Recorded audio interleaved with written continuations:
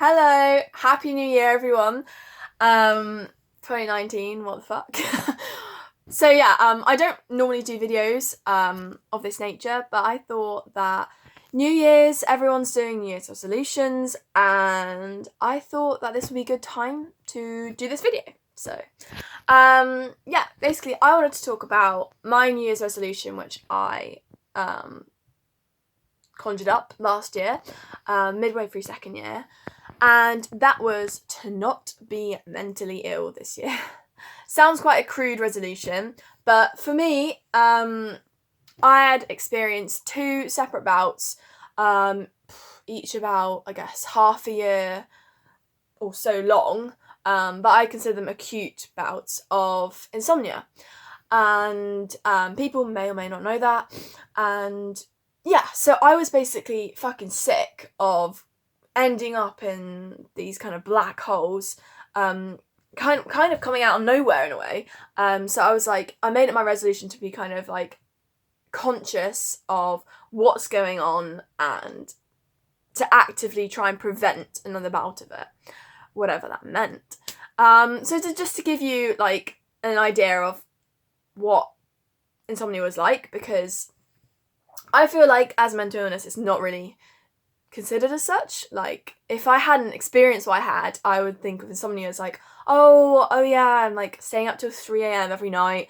Oh, because, I don't know, I just don't feel tired, or like, oh, I don't know, I'm just awake till then. That must mean I have insomnia because it's like really late, like people should be going to bed at midnight or whatever. When actually, like, a lot of people might be in that pattern just because they're on their computer or their phone, which is like interrupting their sleep pattern, or they've had coffee which has made them more awake, or they have bad sleep hygiene, and like those things, bad sleep hygiene, for example, can lead to insomnia. But insomnia, at least for me, is defined as when it's really interrupting with your well-being and your life, your ability to function. One aim of this video is to kind of raise awareness of it, so just give you an indication, insight into what it was like for me. So insomnia for me led to anxiety and depression, and it was quite an intense period of my life, two times in my life. So it wasn't a chronic kind of problem, it was more acute, so it's kind of full on. So like physical symptoms would be like shaking with anxiety, kind of constant tremors in my hands, physical kind of pain in my brain, like the back of my skull, which I was like, oh my god, like, am I having a stroke? Like, what the fuck? So it's kind of scary. Constantly feeling hot. And then in terms of more kind of like emotional things, being like angry a lot of the time. One time I like whacked my laptop so hard, this alarm went off in it, which I didn't even know existed. Having a kind of constant chatter in your head going on, not being able to make decisions at all, like just panicking over whatever decision you make because you can't think clearly. I wasn't able to follow a simple story. My dad would be telling me something that happened in his childhood or something, like, oh, I was going down to the shop and then this thing happened. And by the time you got to the end, I couldn't remember the start. I couldn't follow it because my brain, all my mind's attention was just focused on like this thing which was troubling me, whatever it was, and it completely consumed everything, really. Anything else? Well, yeah, the worst part of it was basically, like the pinnacle of it, I guess the peak, was when I then became obsessed with like, oh my god, I'm a liar, because I wasn't telling people what was really wrong, so they were just obviously making their own conclusions about what was wrong, and that drove me even madder because I was like, oh, I'm so misunderstood, they think I'm this and this and this, but I'm not, this is what's going on. And then I became obsessed with, oh my god, I'm a liar, and then I became obsessed with death as well, and I thought, oh, I can't die a phony. I would go on a walk, start calling people, and then immediately hang up, and I was trying to just desperately tell people, like, I'm not this kind of moody monster that you see at the moment, it's just, I'm going through shit, basically. I felt like I couldn't say it, and I didn't want for it to consume my life, but in trying to kind of skirt around it and not acknowledge it, then it did consume my life even more. So it's kind of, I think it's not really understood as a mental illness. obviously it's experienced by people differently, but for me it was quite intense. You can see, like, one point I even started hearing music which wasn't there. So just to give you kind of a taste of what it can be like, basically. So that was one aim, to raise awareness of it. But the main point of this video was basically kind of looking at how I achieved my New Year's resolution. So my New Year's resolution, just to reiterate, was to not be mentally ill, so to be mentally healthy that year. And I don't want to speak for anyone who has a mental illness or has especially a chronic one, because I have no experience with that.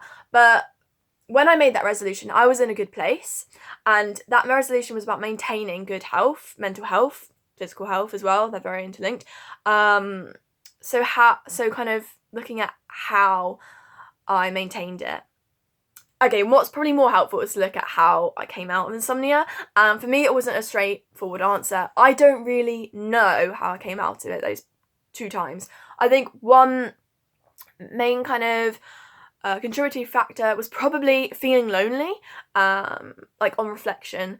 I think loneliness is something that's probably just overlooked by people. Like, even if they're lonely, they don't acknowledge that's actually something they should address, really. So it could be like a loss of, a lack of, absence of like a friend or a close figure in your life. And so I think, seeking out people definitely is something to do. Being honest, like, not giving your whole story away, but just saying, like, sorry if I've been a bit weird lately, like, I don't really know what's going on, I'm suffering from, insomnia or whatever it is, and that's why I'm not really my normal self, just so you know. And I think that's helpful. You can say why you think it's causing, why you think you're experiencing it, if that's kind of important to you.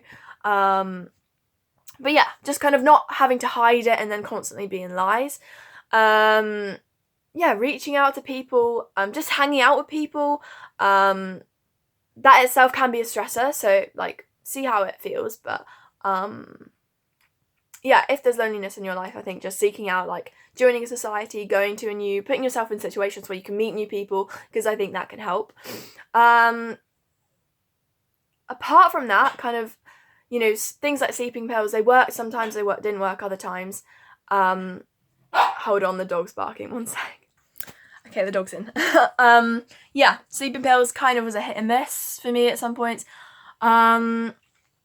Addressing kind of basic things, just like making sure your diet is okay. Getting physical exercise for me was really helpful for sleep.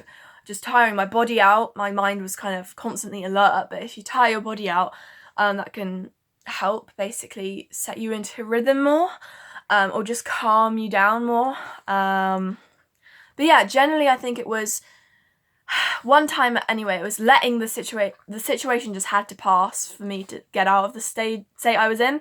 The other time it kind of happened without me trying, in a way, so it was kind of giving up on focusing on what was troubling me, and kind of letting time and space take its course, and that actually, yeah, that was really, really helpful.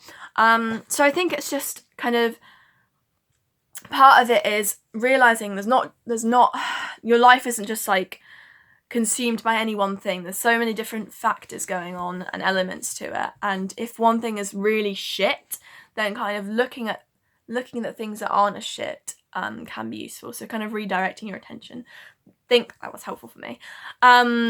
Okay, and then now in terms of maintaining good health, I think the main thing I think I've learnt, or what helped me, was self-care, and understanding that self-care requires self-discipline. So, I mean, part of what I think has contributed to me being actually mentally healthy again is things that kind of weren't in my control. So I met this person who ended up being a really, really close friend. I ended up living in a house with, like, my best friends at uni, and that brought us all closer together, which I didn't really anticipate or plan on. Yeah, and those things, like, create a support system, which actually does really help. My course ended up being more interesting, which is, like, it's all these little things that kind of accumulate to create a better environment. But also, it's kind of, no matter what circumstances or situation you're in, it's also how you react, how you kind of interpret those, think about them. So I think self-care requiring self-discipline was the main thing for me. So things like, if you're having a shit day, if something's going wrong, then yeah, let yourself have a shit day, but then don't let it turn into a shit week, shit month, shit year. So kind of putting a cap on things. So not suppressing, not ignoring, not hiding anything. Letting yourself feel things, but then also kind of knowing there's a point where, okay, this is bad. Yeah, I feel bad, but okay, we need to try and like keep ourselves going, pick ourselves up, and see what else is not so bad, or what can we do. If we can't solve this thing, then okay, let's get on with the things we can do ourselves, etc. So it's kind of putting a cap on kind of negativity, making sure that you are socially supported. So not only just having friends, but then using them. So, one night I was just kind of sitting in the dark, like feeling really bad, and I just decided to message my friend. Like, he wasn't awake, but it was just the fact that I was voicing my thoughts to someone else. It was not just all me. And I felt like, I don't know, you're not alone, you're part of a world of people there, kind of a community. So I think using those things, and sometimes just realizing you don't know what's wrong, you don't know how to get better, but it will, and time and space can do so much that you don't even realize. So yeah, and kind of not directing all your attention to one thing that's troubling you. I think those are the main things, but basically self-care requires self-discipline sometimes, and I hope that's helpful. I don't want to speak for anyone with mental illness, because everyone, responds and experiences it differently, but to those people who, want to maintain good health, then I hope that's helpful, and I hope this has raised some awareness for insomnia. But anyway, have a brilliant new year. Thank you for watching this, and yeah, happy new year, guys. Bye.